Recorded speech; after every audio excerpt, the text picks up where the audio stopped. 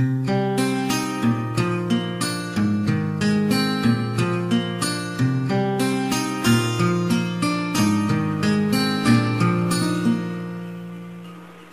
para sa ito. Hindi ko lubos maisip kung ano ang dahilan pagmula ng mamataan at makasalubong sa daan. Akin lang tinandaan, baka ikaw ang kailangan ng puso kong ito. Sana ito'y iyong malaman. Nung una kang nakita, ako ay namanga at ang mahulog sa iyo ay hindi ko inakala. Hindi ko inakalang ang katulad mong babae ang magpapaibig sa isang katulad kong lalaki na palaging nakatabay at palabulin sa bahay. Matulog at gumala ang laging ginagawa, ngunit biglang nagbago ang takbo ng buhay ko nang dumating ka sa akin at binago mo ang tulad ko. Tayo'y naging magkaibigan, laging nagkukentuhan at laging nagtatawanan sa loob ng simbahan. Ikaw ang dahilan kung bakit ko tinalikuran madilim kong nakaraan na puno ng kalungkutan. At sana'y iyong malaman, ikaw ang kailangan ng puso kong ito.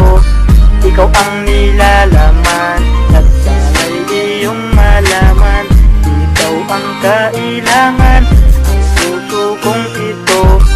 Ikaw ang nilalaman. At hindi nga nagtagal ako sa'yo ay nagtapat ang aking nadarama. Sinabi ko lahat-lahat, sabay hawak sa iyong kamay para akong hinimatay. Hinintay kong iyong sagot, sabay bulok nako lago. Biglang ang sumimangot at bumitaw sa aking kamay. Tumakbo pa palayo habang ako'y nakatungo, habang umapatak ang mga luha sa aking mata. Hindi ko na malayan na yun ang huli nating pagkita. Ginawa ko ang lahat para lang makalimutan ang isang katulad kong labis ako na tinaklan. Pero di ko magawa dahil nandyan ang mga luha na hindi ko maalis. Bakit ka kasi umalis? 10 taon ang nagdaan, hindi kita nakalimutan. Mahal pa rin kita kahit ako'y iyong iniwan. Sana'y iyong malaman, ikaw ang kailangan. Ang puso mong ito hindi ka kayang kalimutan.